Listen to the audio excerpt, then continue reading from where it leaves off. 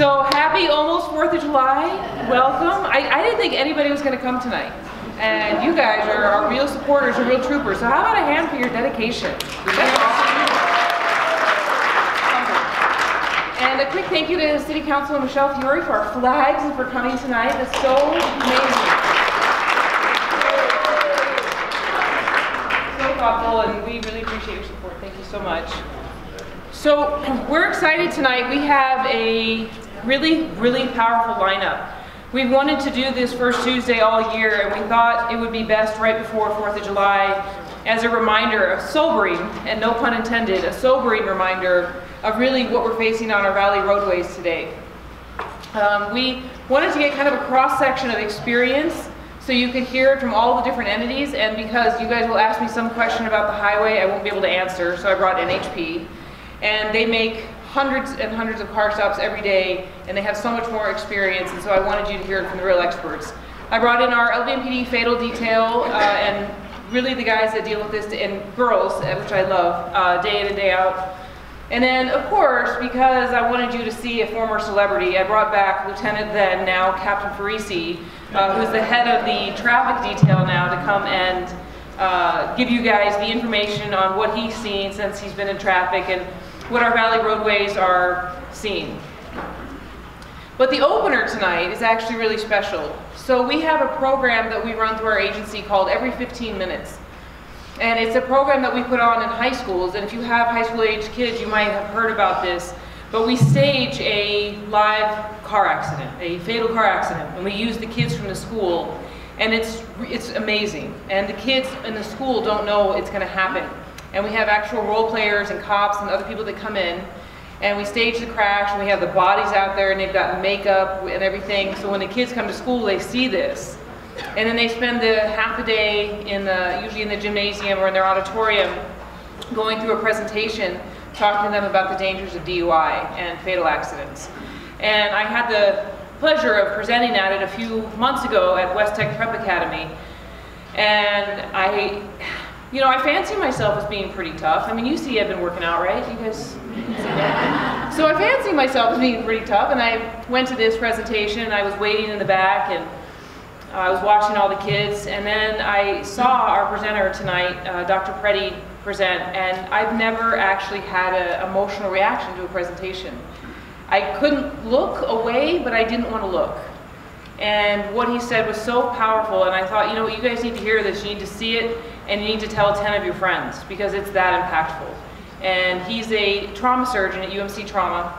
He's been there just over 10 years, and he comes with such passion and experience. I really wanted you to hear it straight from the horse's mouth. What we see is just a small section of it, but he sees it all day in and day out. So he came tonight. He's playing hooky from work for about 30 minutes just to come do this presentation. So I promised him he could come up first, and then after he finishes, we'll do some happy awards and other things to kind of take you out of the sobering reality he's going to give you. And then I'll have NHP come up, and then we'll wrap it up with our fatal detail. So without further ado, Dr. Preddy.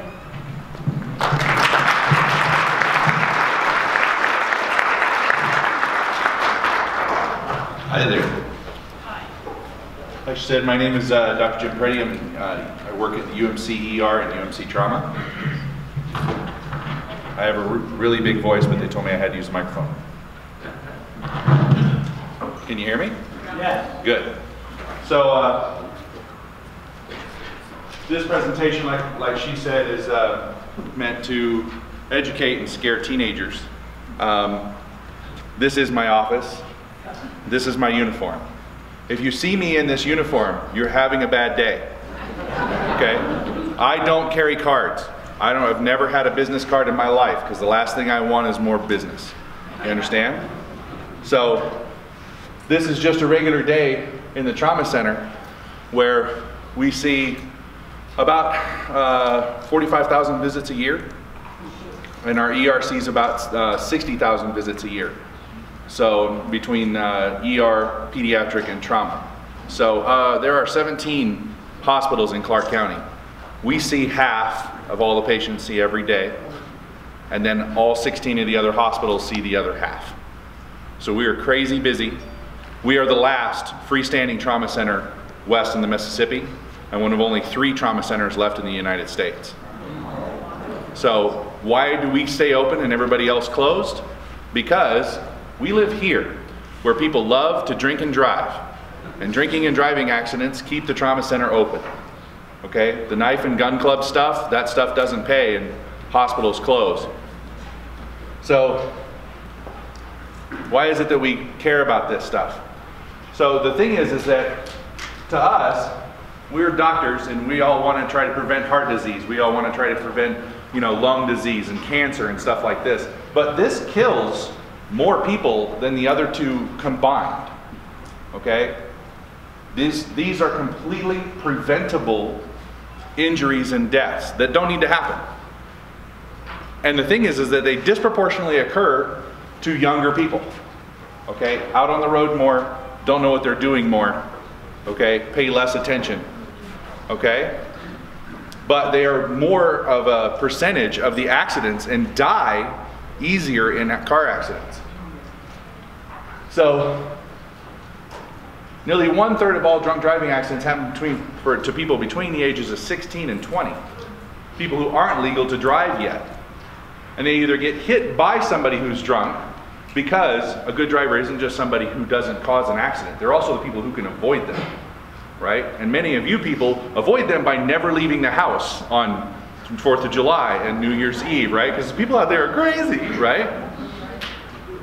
So there are now 10 million underage drinkers in the United States, and of them, 1 in 6 teens binge drink, so they don't drink all the time, they just drink on the weekends, but only 1 in 100 parents believe that their child drinks.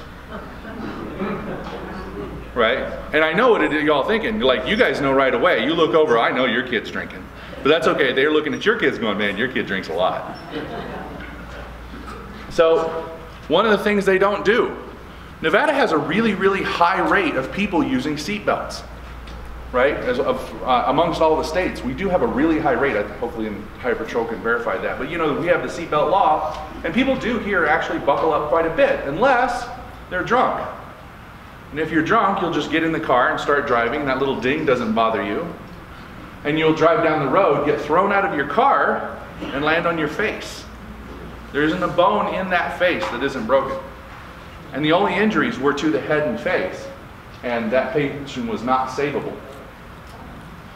What is the only thing worse than getting ejected from a vehicle? Getting partially ejected from a vehicle. So this poor girl rides with her boyfriend. He's not as drunk as she is, so she lays down in the car. She doesn't wear her seatbelt. He wrecks because he probably fell asleep, rolls over a couple of times. She gets ejected from the car. She has no arm. They go look in the car, and her perfect little arm is there in the passenger seat. And the thing was, is she was really young, and this was a very clean cut. That's both ends. You could easily put this back together. It'd take about 14 hours. I shouldn't say easily. But the parents had to be convinced to leave her arm off because she had a very tiny brain bleed. And they wouldn't be able to check her, do neurochecks on her for the time that she was in surgery. And so they had to convince them to not do the surgery. Convince a parent, hey, we just need to leave this arm off because it's better for her. That's got to be horrible. So we keep doing this because the education thing works. The program that I work with my wife is the coroner. This is her presentation, but she makes me do it. Is that from the 1990s when they started doing these programs, Stop DUI, Mothers Against Drunk Driving, and the trauma intervention program, thing like that, all of those things actually have worked. And we have decreased the overall rate from up to 20,000 to almost in half, all the way down to 10,000. And that's awesome. But that means awesome is 10,000 people a year dying in drunk driving accidents. That's just the drunk driving accidents. That's not all accidents. So this does work. The education does work, and that's why we're so invested in this every 15 minutes program, because going out to those schools, showing these kids that we don't mean like this might happen to you. This does happen to you. Let me show you some people this year who died, who look just like you. So if you happen to be a bartender and they decide, hey, we're going to come out with a new drink. So everybody gather around, we're going to let you have the new drinks before you drive home. so that you can market them.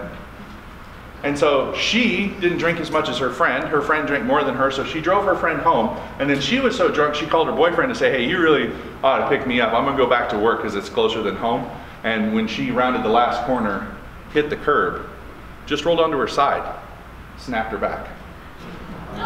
So she's a quadriplegic because some of those things still move your arms. So she can move her arms and stuff, but not her legs at all. And that's permanent. And it was just what happens after work.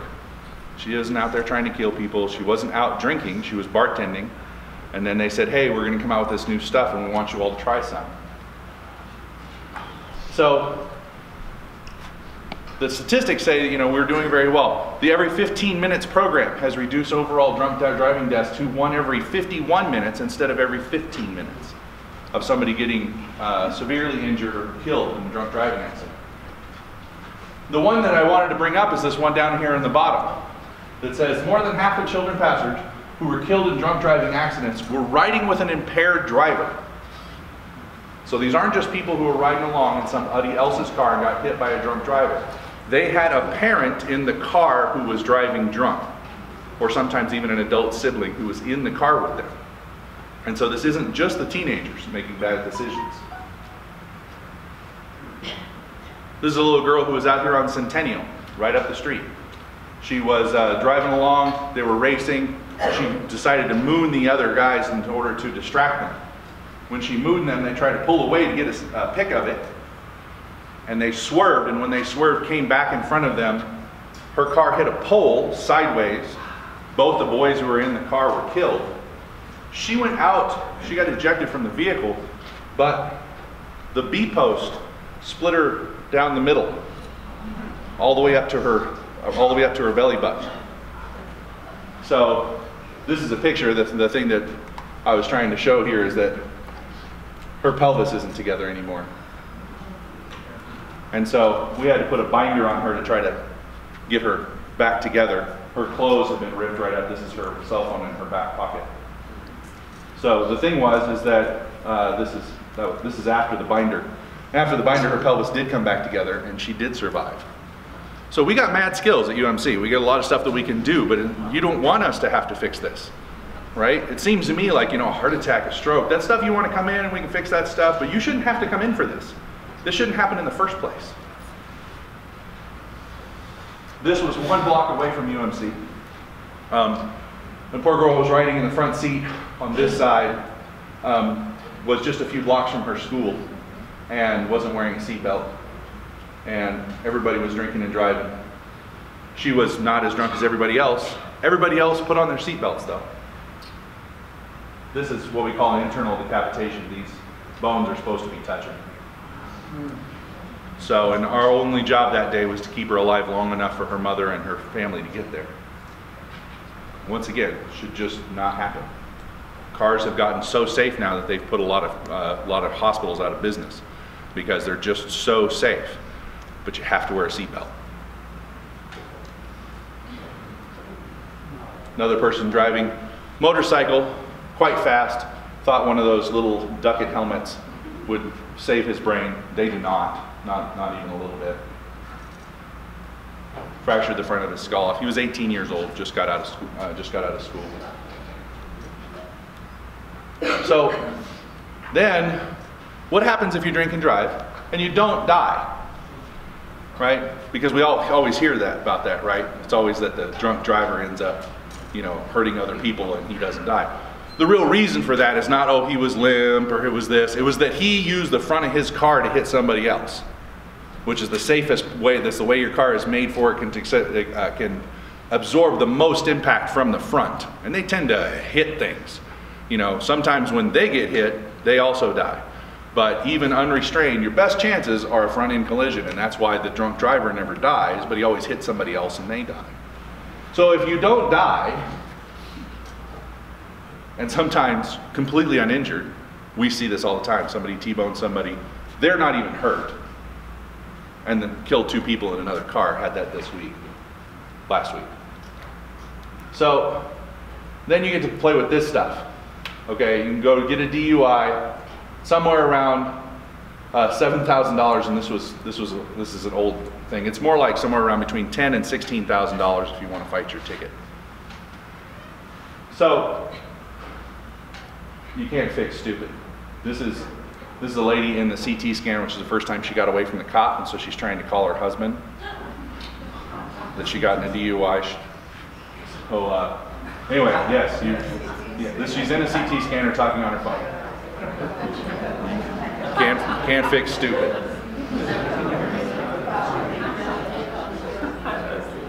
So the thing is that in my business, a lot of the times we are the last thing people see. You bring people to the hospital because they're dying. When the little sirens go on and they put people in the back of the ambulance, they're bringing them to me. And sometimes we can fix stuff and sometimes we can't. But the shame of it is how many times a trauma, like a car wreck, something that just doesn't need to happen. There is no reason for it to happen. And now even more, when I started giving this speech, there was no Uber, there was no Lyft, right? People are all like, how am I going to get home? I got to have my car and stuff like that.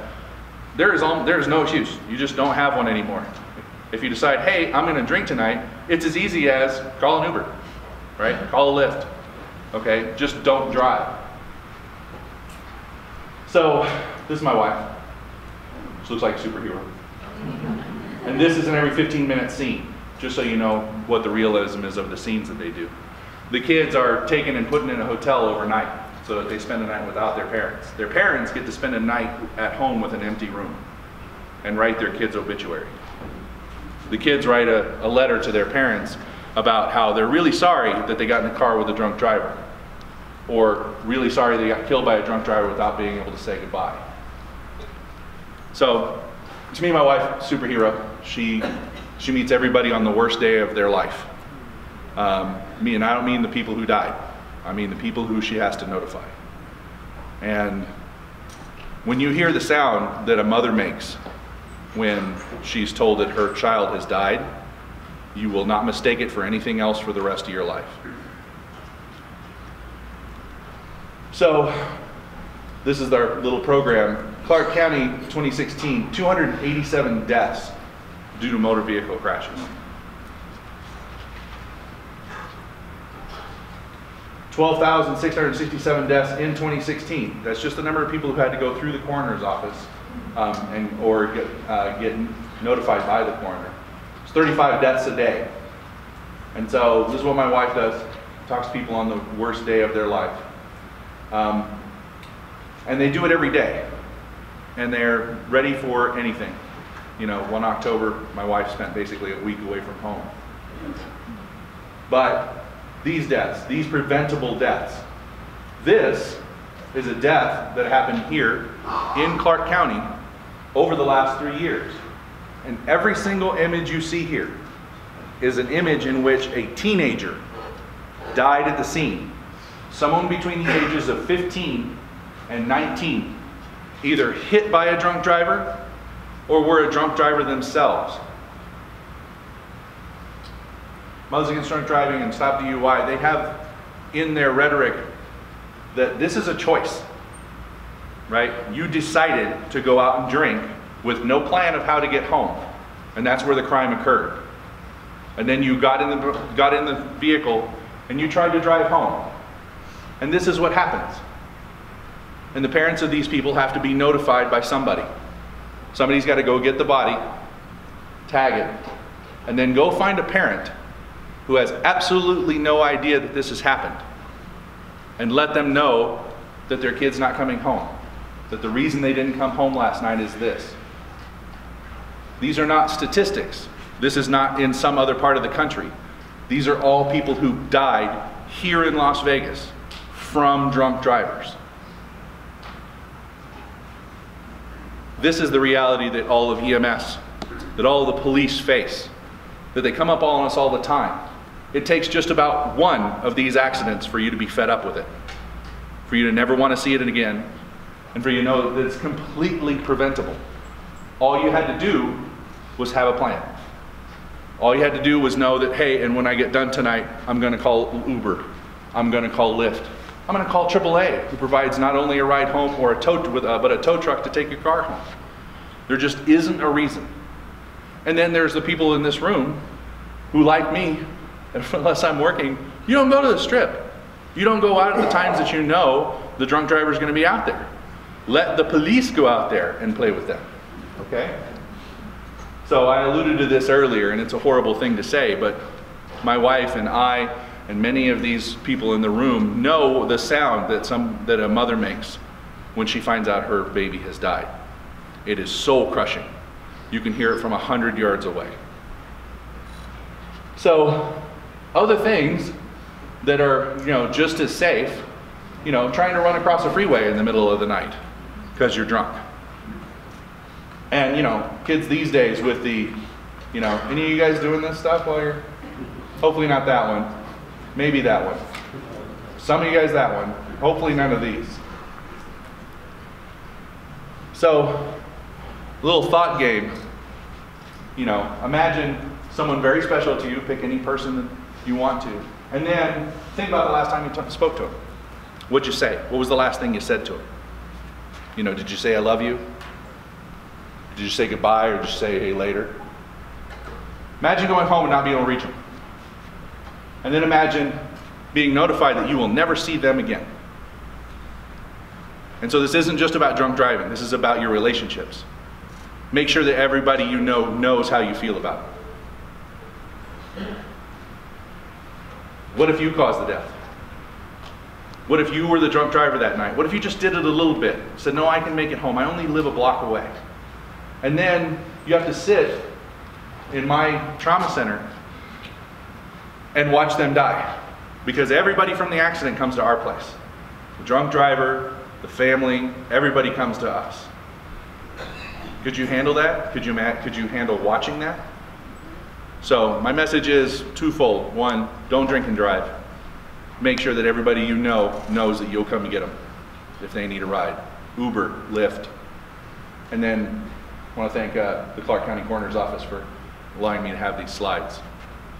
Thank you very much.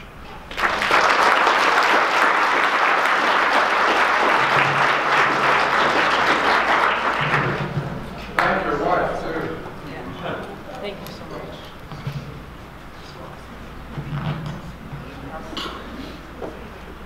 Now he gets to go have a full night of this excitement, so thank you, Doc. I really appreciate you. Thank you. Thank you all.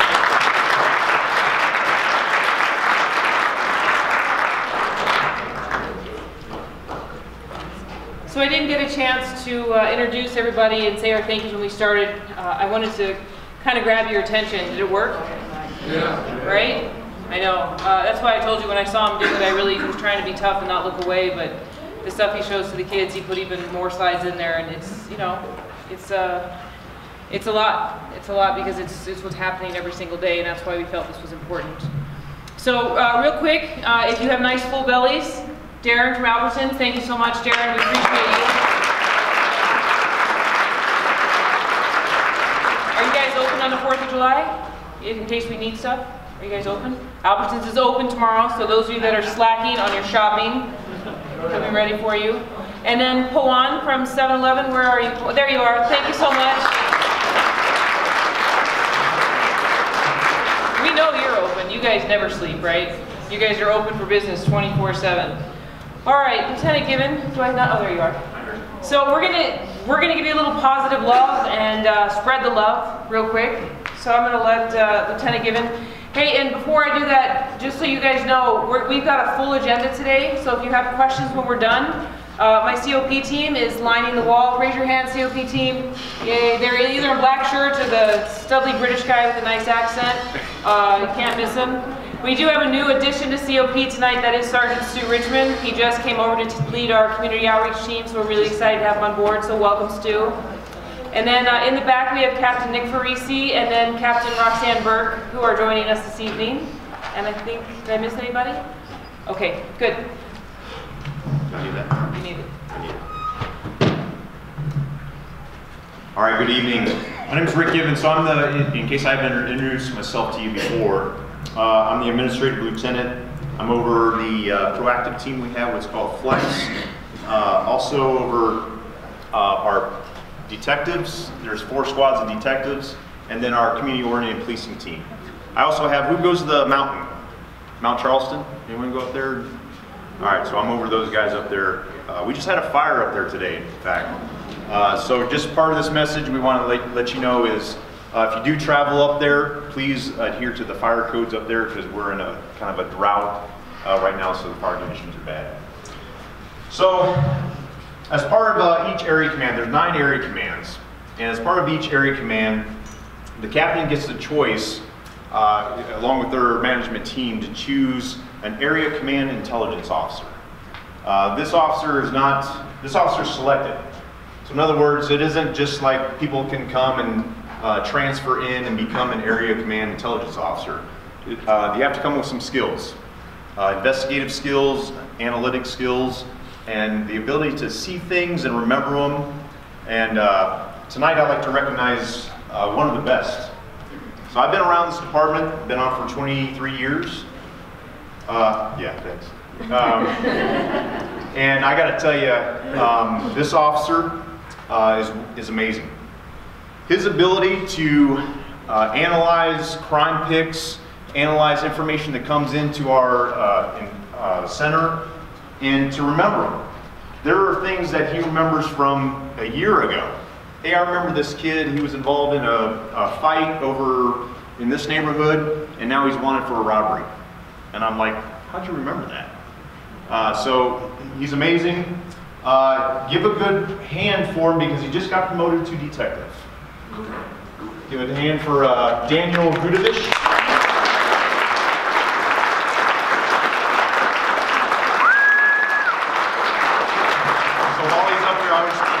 Tell you some things about him. His investigation skills are amazing. He goes by the name of Gouda. I don't know if he likes it or not, but Gudovich is too hard to say, so we call him Gouda. It's our respectful name for you, and you're going to be missed sorely. And we want you back as a detective. I hope we get you back someday. So this is the plaque. It says Officer Daniel Gudovich, P number 13333. I like it. Northwest Area Command since February 14th, 2015 as an officer and a field training officer. Then he was hand selected as the Area Command Intelligence Officer on September 9th, 2017 until he was promoted June 30th, 2018. In appreciation to your hard work and dedication to the Northwest Area Command, you have been the supplier and driving force for all actionable intelligence in Northwest Area Command. We wish you the best in your new assignment as a detective. Congratulations on your achievement. And thank you for your years of dedication.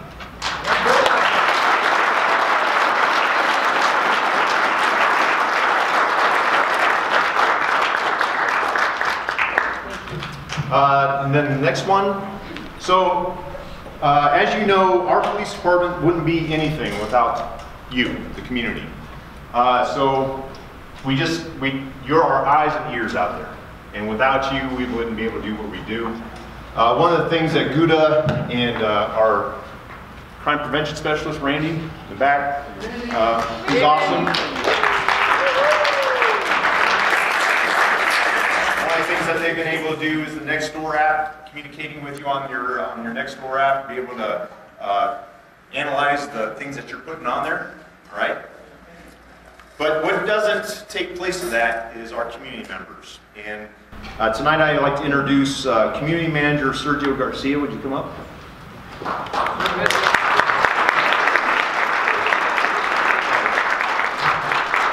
So Sergio Garcia was the former property manager at Sterling Summerlin Apartments. If you guys know where Rock Springs and Lake Mead intersect, off of Rock Springs, there's an apartment complex there.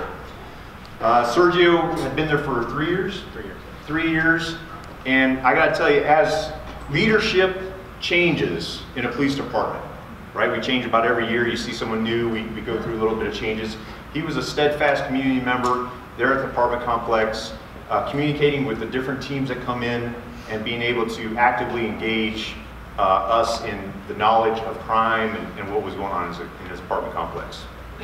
So if you allow me to read this, it says, Manager Sergio Garcia, you and your management team at Sterling Summerlin Apartment Homes have been a key community partner in Northwest Area Command for many years. While leadership teams at Northwest Area Command have changed over the years, you have been a constant figure in the fight against crime. Your care and concern over your community became readily apparent as you were not only the community manager, but also a fellow resident. You have always represented a Con-Am property management company and your community with great integrity and care.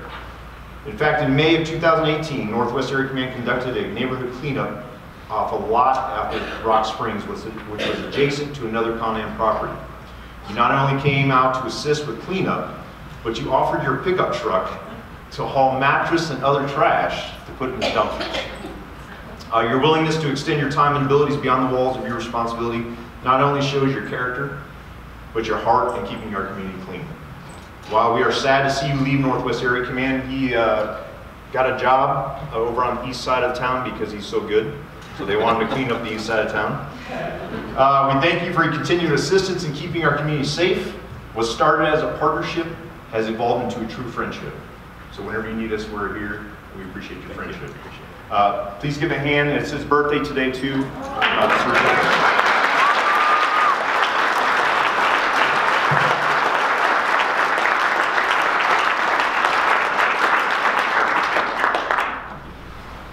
All right, I want to turn it over to our captain. Sir? So you know what I was thinking today that I meant to tell you guys is today is my 1-year anniversary at Northwest. 1 year. How time flies when we're having fun. So I'm really excited about this, and the person I'm going to present it to, you know how we do our internal unsung hero every month, right? So he's going to be so mad at me because he doesn't know. But I really enjoy the element of surprise. So whenever I get to pick, I try to pick someone that is a little bit of an outlier, that quietly works behind the scenes and just does things and goes above and beyond. So this month, as a management team, we decided to pick someone that is a Northwest Area Command honoree, even though he doesn't actually get to be stationed at our station. Kale. So Kale was referred to us by someone else who was singing his praises, and although Kale is a police officer, he should make movies, because the little YouTube videos that you see every month that we make and push out, he makes them. The one that we just pushed out yesterday on the forest fires with Sergeant Marlowe, Kale makes them all, and he does them on his own time. He puts all the graphics together, and he's truly unbelievable. So this month, Kale is our unsung hero. So if you will just indulge me for half a second. Kale, over the last year, you've become an integral part of Northwest Area Command family, and you've been an asset we can't imagine being without. You come to us by a high recommendation from Lieutenant Tim Hatchett, who sang your praises about your ability to see things through the lens of a camera and put feeling, emotion, music, thought, and passion into any video or photograph. On a monthly basis, you create Northwest Area Command videos that are reviewed internally by police officers to keep them up to date on use of force issues, laws, and anything that I want them to hear directly from the captain so they understand the true level of importance. You also create external videos each month that we send to our faith-based partners, elected officials, neighborhood watch groups, and post on all social media platforms for the community to keep them aware of what we're doing and the events are taking place so they, too, can take part in them. Each month, you show up with a positive can-do attitude, and you make whoever is on the other side of that camera at Given feel comfortable and at ease. You've helped Lieutenant, now Captain Farisi, even make a video.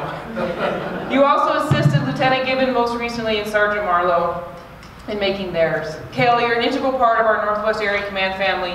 We value you beyond words, and we want to take this opportunity to say thank you for all your hard work and dedication to our mission to eradicate violent crime through excellence, engagement, and equality. Thank you for everything you do. We look forward to the coming months and incredible video productions.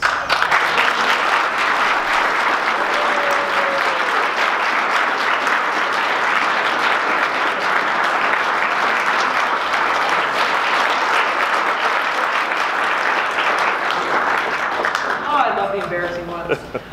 Okay, well thank you all for letting me come today. I'm actually not with the Fatal Detail. We weren't sure if they were going to have to go out. They've been really busy lately, so we weren't sure if they would have to get called out during the class, so they asked me to teach it. I'm in charge of what we call the problem solving unit, kind of a flex unit. We're kind of the jack of all trades. We do whatever's needed in the area command, or in traffic rather. I want to start out with just a real brief introduction of what our traffic bureau is. That's a picture that was taken, I think, in 2011 in front of the Harley Davidson. All right, so I was almost late today. I didn't realize you guys all start early. So I want to show you why I was almost late.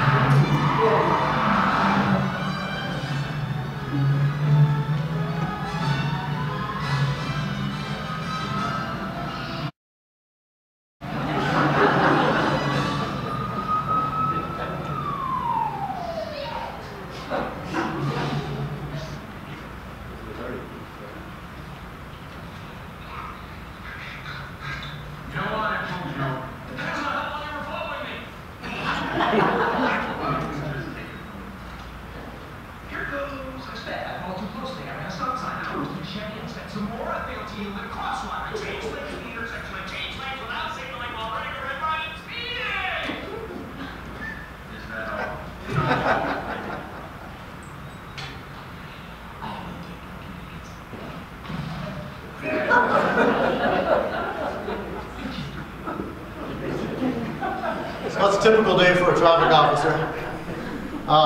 Again, my name is Sergeant Dave Stoddard. I've been 17 years with Metro.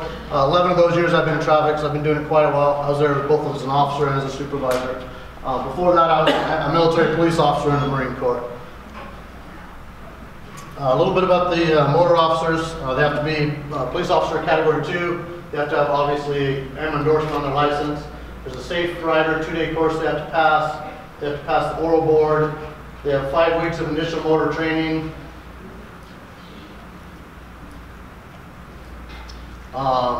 That's broken down. 3 weeks of motor skills, officer survival, motorcycle officer survival, basic accident investigation. Then they go into 4 weeks of FTEP, which is when they're riding with another traffic officer, showing them basically how to go on the streets. And then it takes about 6 months to a year before they're proficient at being a motor officer. They need to be certified in the breathalyzer, the evidentiary breath machine, the preliminary breath test, the field sobriety test, horizontal gaze nystagmus, and A-RIDE, which is advanced roadside impaired detection? Driving enforcement, thank you. These guys are the instructors for those courses. So, Metro's jurisdiction, we have 7,560 square miles, 1.7 million residents, 42 million resident visitors. There's 9 patrol area commands, which have 125 to 150 officers each. The traffic section has about 115 motor officers, only about 95 on the street. The others are like the fatal detectives and the hit-and-run detectives that aren't on the street every day, but they're still obviously doing police work. We have 14 sergeants, 2 lieutenants, and our bureau commander, Captain Nick Farisi, is here tonight. And we also have 12 civilians that we couldn't do without. Metro Traffic, we're one of the 10 largest motor units in the country. We're one of the few that works 24 hours a day, probably because of the weather here, 365 days a year. So a lot of the other agencies, their motors go home, or their motors don't work over the graveyard hours. Ours do. And we're one of the top 5 as far as the Harley fleet.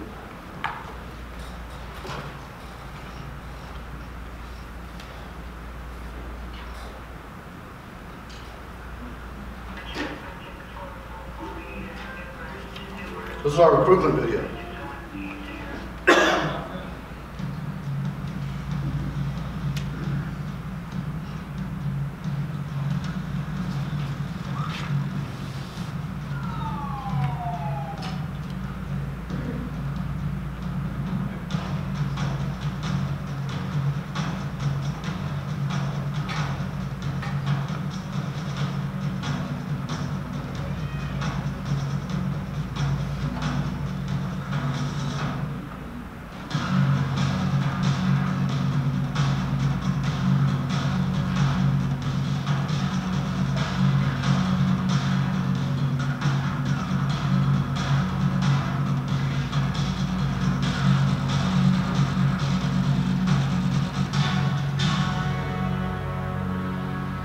So I apologize, Captain Larkin. I am trying to recruit your officers. So.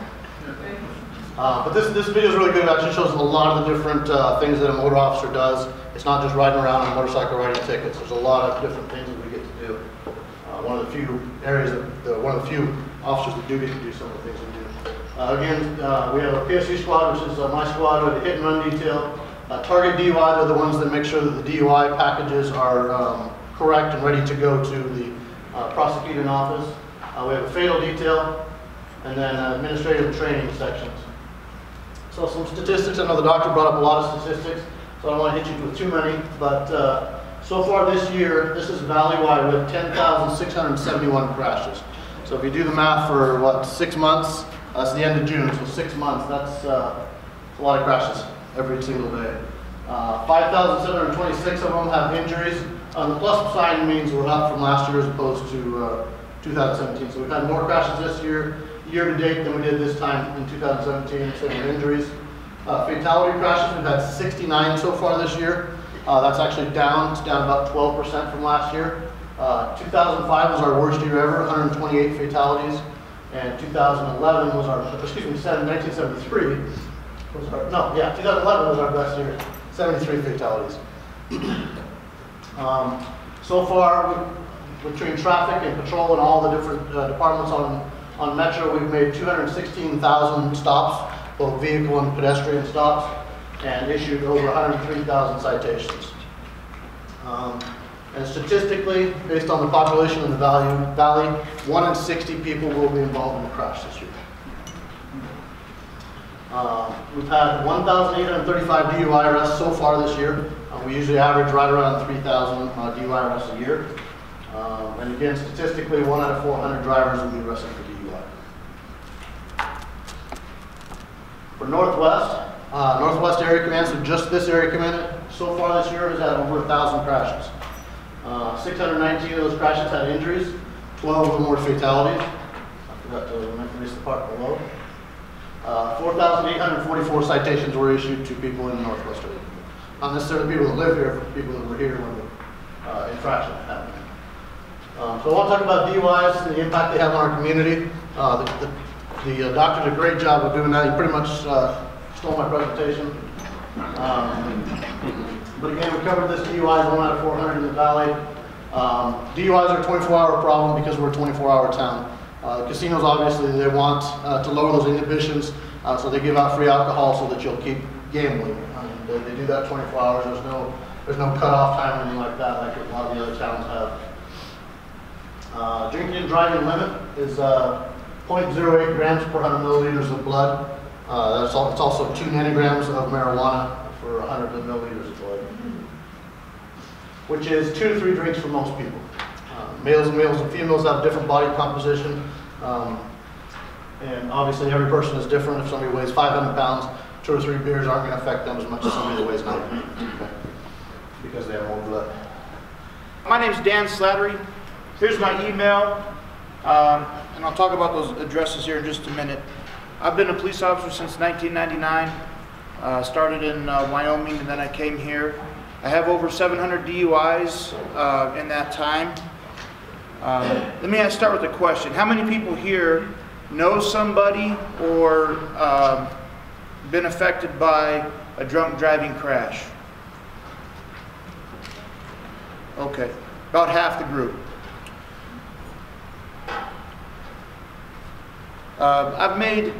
Since I've been here, the majority of my DUI arrests have no alcohol or a limit below what would the 08 level. The main reason is drugs of abuse. There's lots of different drugs out there, including prescription pills. And so when you mix those 2 drugs or any combination of 2 drugs or alcohol, which is a common thing, your impairment level is exponentially greater. So if you were a 0.02 for alcohol and you smoke a little bit of marijuana, who knows how high you are. But the standard's the same as far as whether or not I decide to arrest you. The standard's the same to operate a vehicle, whether you're impaired or not impaired, and that's the standardized field sobriety test. The basic battery consists of just the HGN walk and turn on one leg stand. At the A-ride level, we also add the finger to nose, a Romberg balance test, observable signs and symptoms, and then an estimation of your pupil size. At the DRE level, it's generally done in the jail, and that's a complete 12-step evaluation with a 13-point report. It's generally about 2 pages long, and we are able to testify as an expert witness in court as to the cause of the impairment. The reason why that's important is because a lot of times if you get somebody who's on a narcotic analgesic or pain pills like opiates, they're really hard to get blood from because their veins have either collapsed from being overused or they're really dehydrated, the same with stimulants or methamphetamines. And so the nurses are only able to get like this much blood in a vial. That's really not enough to test at the lab for all the drug tests that they've got to do.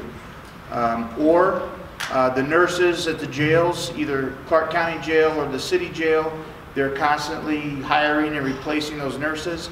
And in a year and a half or a year, when this goes to trial, they're no longer employed by the state. That blood isn't allowed to come in as evidence. And so without the blood chemical result, if you don't have a DRE evaluation, your case is gone. And that's one of the things the defense attorneys like to do is they'll delay, and then you get to trial and they're playing witness roulette. They see all the witnesses are there and they, oh, Your Honor, we need a continuance. They get 2 and the prosecution gets 1, and then it keeps going and going. As far as these 2 web pages here, monitoringthefuture.org and NHTSA, I believe it's .gov. This is the Monitoring the Future is a survey done by the University of Michigan.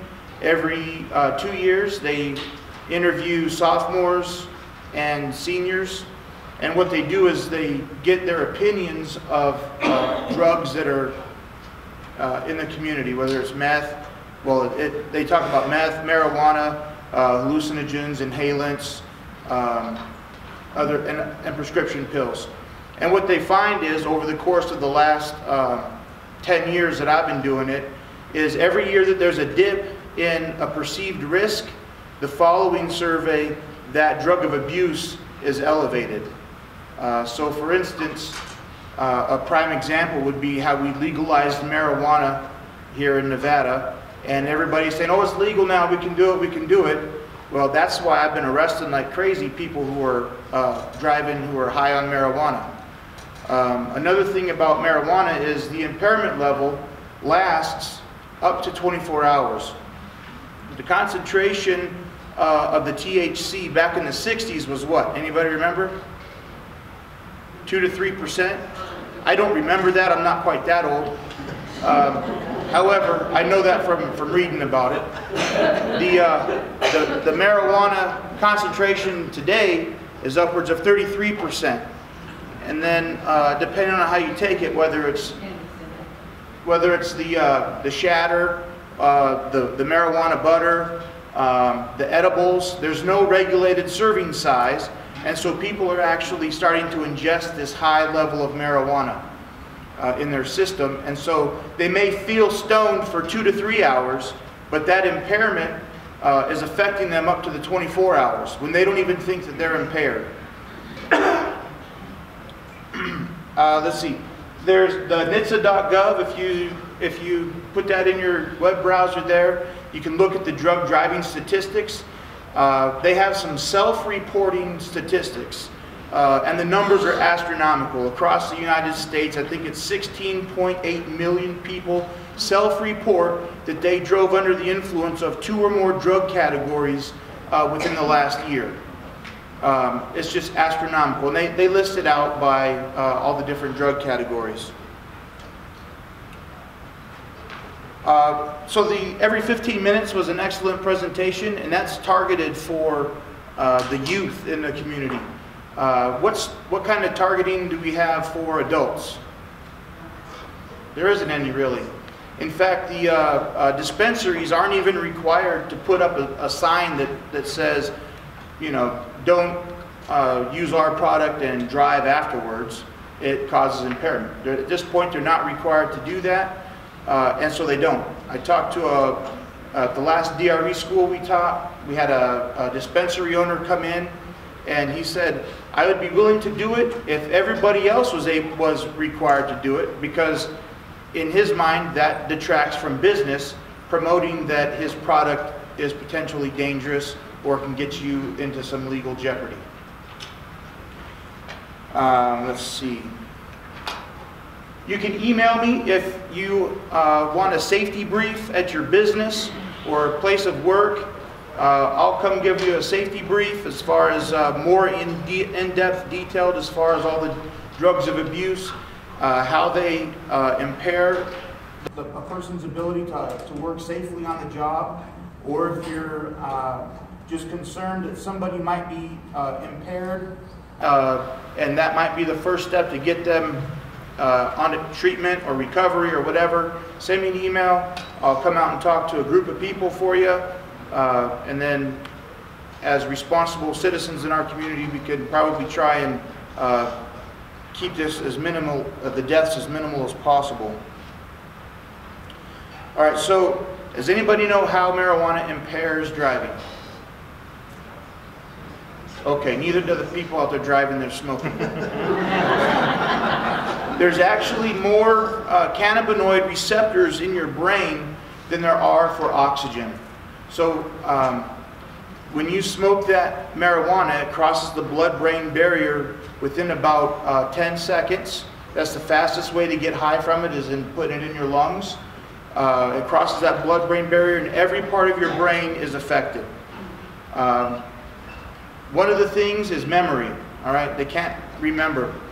How does that apply to driving a vehicle? Memory.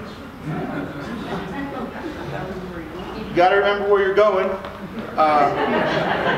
People in the state, even sober, they only know one way home.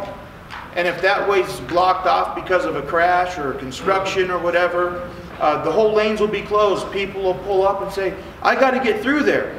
Really? Okay. You know, all the roads are connected. Go around.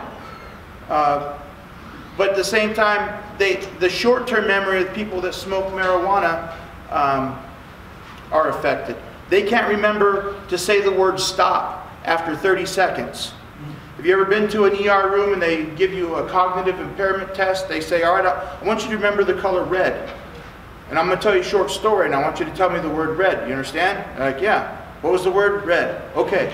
So then when I was a boy, I lived on a farm, and I had a favorite tractor, and he tells you some weird story that has nothing to do with the color red. He says, do you remember the word I asked you to say? No. Well, that's a clue. Reach into the clue closet and grab one. There's something wrong with that person's brain. During the Romberg test, we asked them to remember to tilt their head forward, open their eyes, tilt their head forward, and say the word stop. And then we ask them, how long was that? And then you'll be surprised at some of the answers I get. And then I ask them, how did you estimate it? These people come up with some crazy stuff. So their short-term memory is impaired. Their ability to think rationally is impaired. Marijuana causes eyelid and body tremors. And so, you know, if you can't really drive if you're shaking too bad, and I've seen some people that can barely stand up because they're shaking. Another thing it does is your eyes don't converge. I think it's 88% of the population can hold their eyes in a converged position for 1 second, and a lot longer. I mean, I think if everybody here tries to cross their eyes, they can cross them for more than a second. But that's the standard we're using, is holding it crossed for just 1 second is all we're asking for. People on marijuana, their eyes come together, and then one of them will shoot out to the side. They can't see.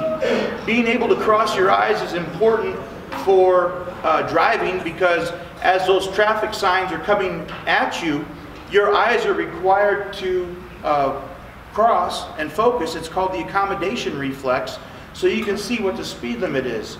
or you can see that the stop sign is actually red, or the stop light's red, or that you can see the lights, the tail lights of the vehicle that stopped in front of you.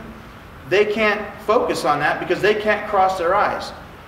So every time you get in a crash, you know, or every time somebody gets in a crash, I look at them. I try and look for some obvious clues.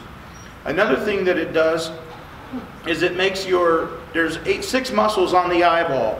The eyeball is basically a sphere. The eyeball works, the muscles work in a set. There's 2 around, 2 on top, and then 2 on the sides. The control center for that eye, the muscle, is on the back of the eye.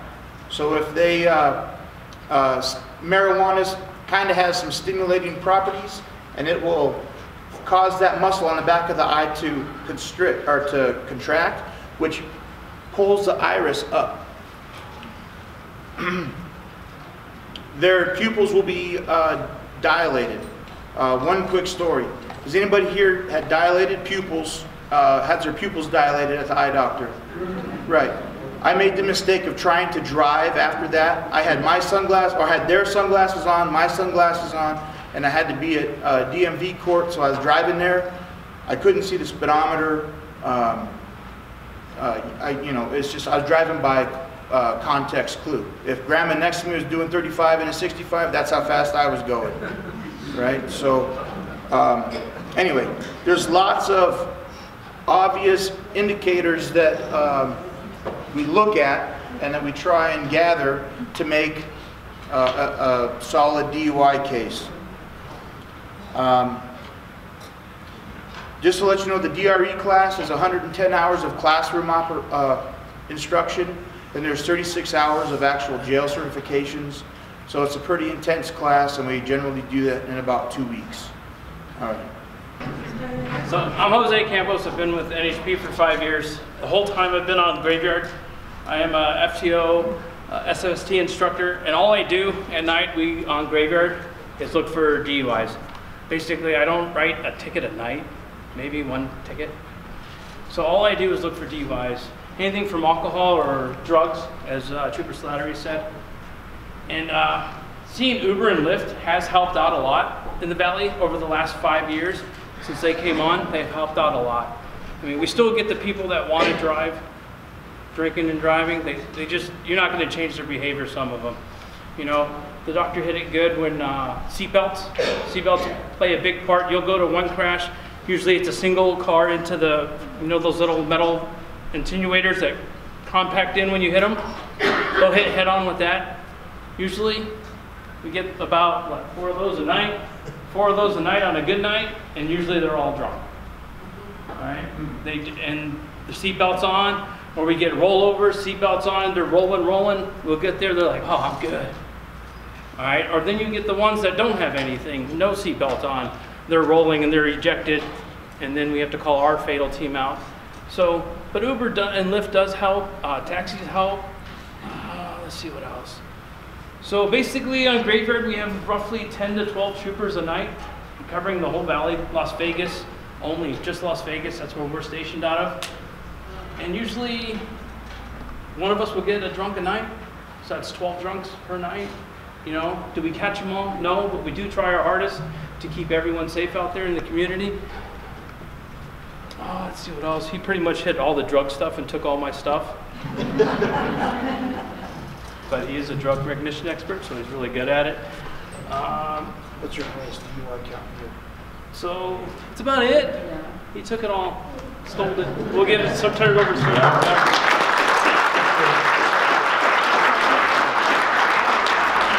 We're running out of time. This is a Reno 911 tape. It's really funny. It shows how not to do a field sobriety test, basically. If you Google Reno 911 field sobriety test, you can watch it. About 2 minutes long.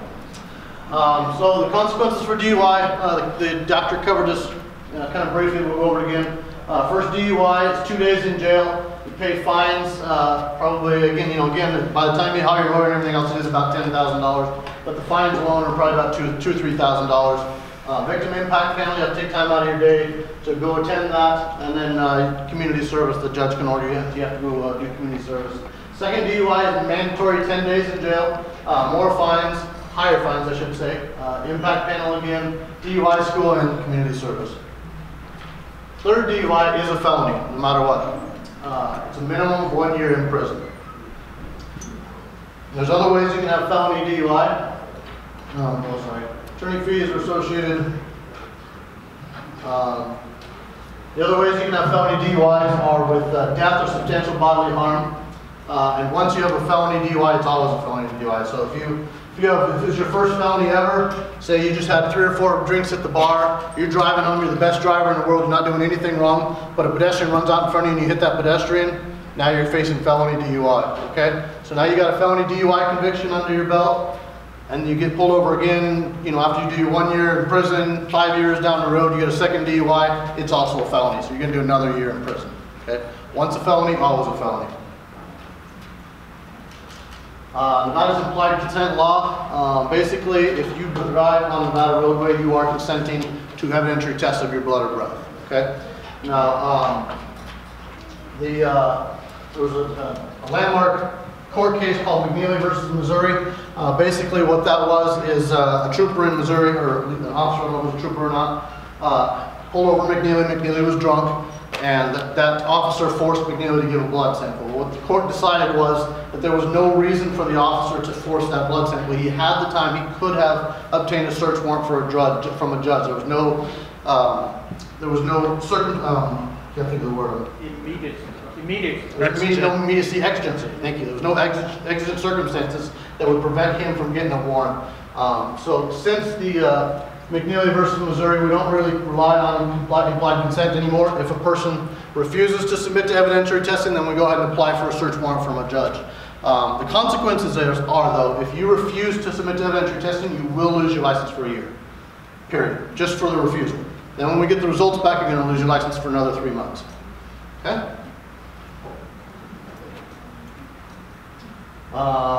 Nevada Stop DUI, Sandy Heverly is another great resource for the community. If you want some classes taught, she's got personal experience with drunk drivers, and she's an excellent advocate. Wonderful woman.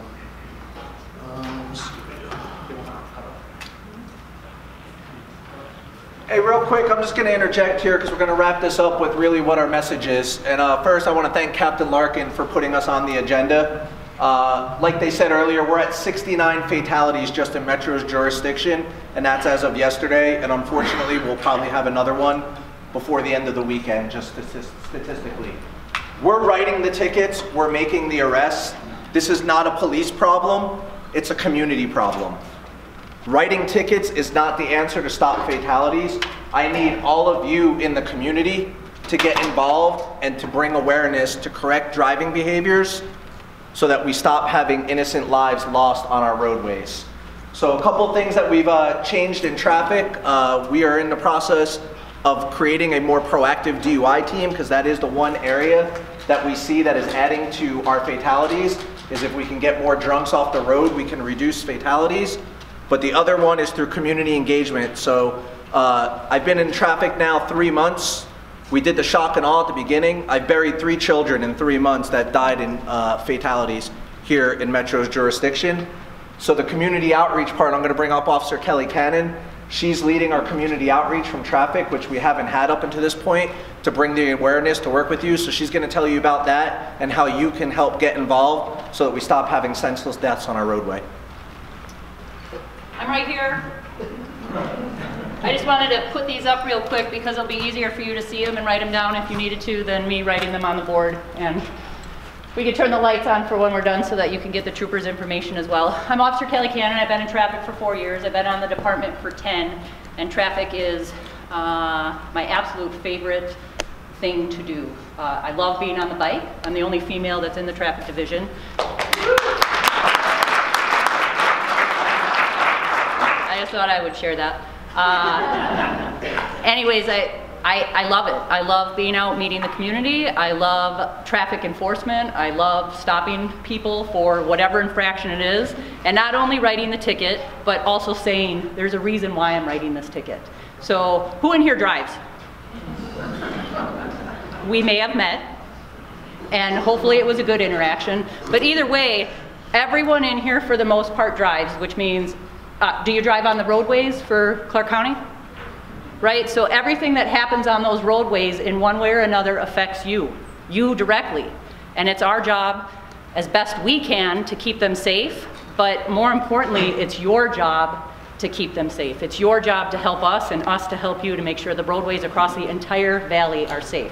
So of course we want to be able to do better. Of course we want to take every drunk off the street, but we can't always do that. Of course we want to stop every collision, be it minor all the way to a fatality, but obviously we can't stop all of those. But if we can get more community involvement and more community members to care about what happens on our streets, then we can do better. All of us can do better for those roadways. Agreed? Agreed. All right. So first, I facilitate all of the social media for traffic, so please, if you're on Facebook, Instagram, or Twitter, follow us, join us, watch for our posts. Some of them are pretty graphic because I post about our fatals, because why? If we don't see them, then they don't exist. If they don't affect us directly, then they don't exist. But they do exist. They exist every single day. I get texts in the middle of the night from our fatal sergeants, hey, we had a fatal, can you please contact the family? Middle of the night, 3 o'clock in the afternoon, 9 o'clock in the morning. It's 24 hours a day. So please, again, follow us on those social media sites if you have them. The second thing I want to talk about is we're developing a faith-based outreach within traffic. It's a brand new program, literally like we're grassroots right now. And what we've never done before is communicate with, and I'm cautious to say victims' families, because sometimes our fatality is not necessarily the victim as we describe them in the crash because they're at fault. But the family of that person is absolutely a victim, because who do they have? They have someone that they have to bury.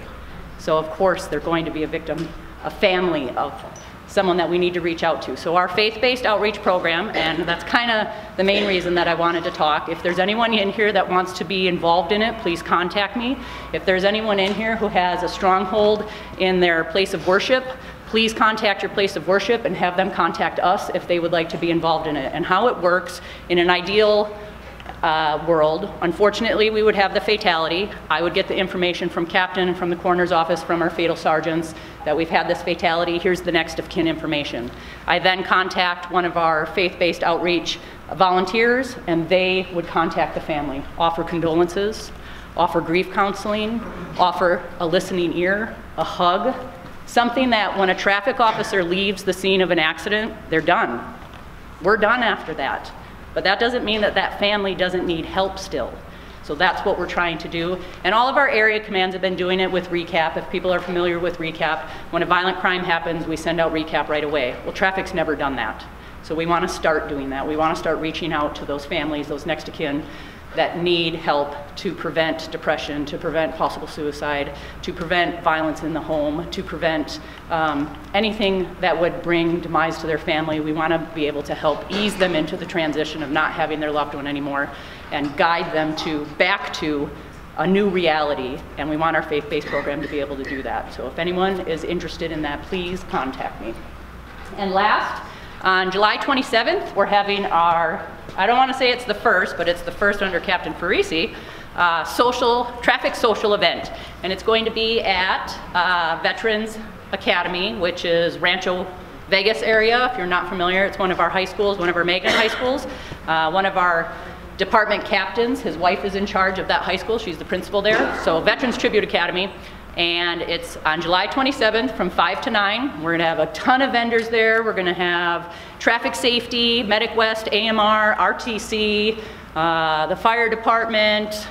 There's gonna be bike giveaways through a raffle. There'll be helmets for young kids. We have over 200 helmets that are gonna be given away. So if you have any family members or neighbors or friends, and you're like, that little guy needs a helmet, send them our way or bring them.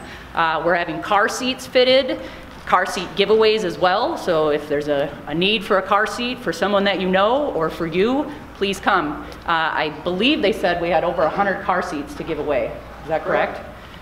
There'll be food, hot dogs, sandwiches, sodas. If it's free, it'll be there, right? So if you can come, absolutely. Again, July 27th from 5 to 9 at Veterans Tribute Academy, which is Washington, Rancho, or Bolden, Rancho area. All right, you guys still awake?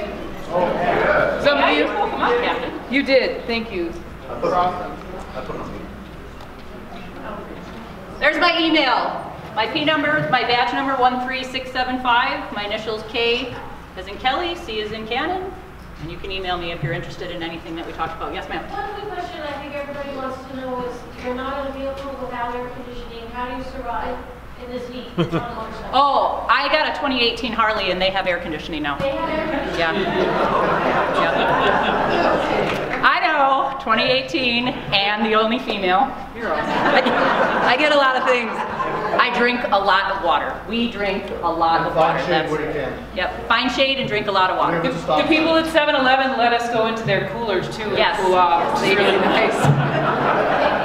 You're welcome. All right, so what do you guys think? Was this helpful tonight? Was it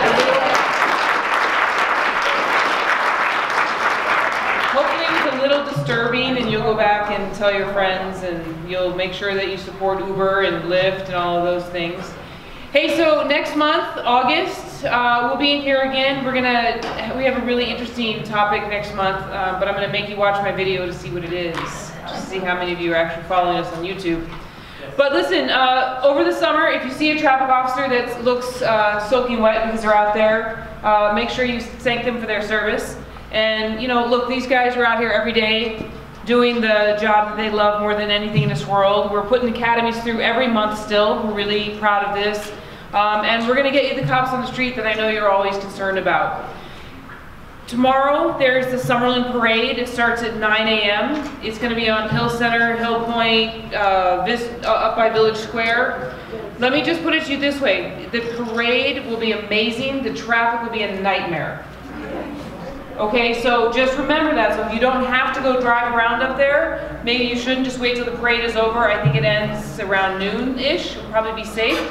And then City Councilwoman Michelle Fiore is having an amazing fireworks display from 6 to 9 tomorrow night. Am I right? At the Sky Canyon. Yep, and So free food. Free food. They don't have to bring illegal fireworks. Yeah, and you don't have to bring illegal fireworks. They're gonna have them all there for you. Well, I mean, she'll have totally regulated. But go check out and support her event because she always supports us and our community so much. 6 to 9 Sky Canyon tomorrow night. And then Summerlin Parade in the morning, so it'll be a big day of festivities. But just be careful, drive defensively, take care of your loved ones, make sure you tell them how much they mean to you. Life is short, day is sweet. Have a great week, and we'll see you guys next month.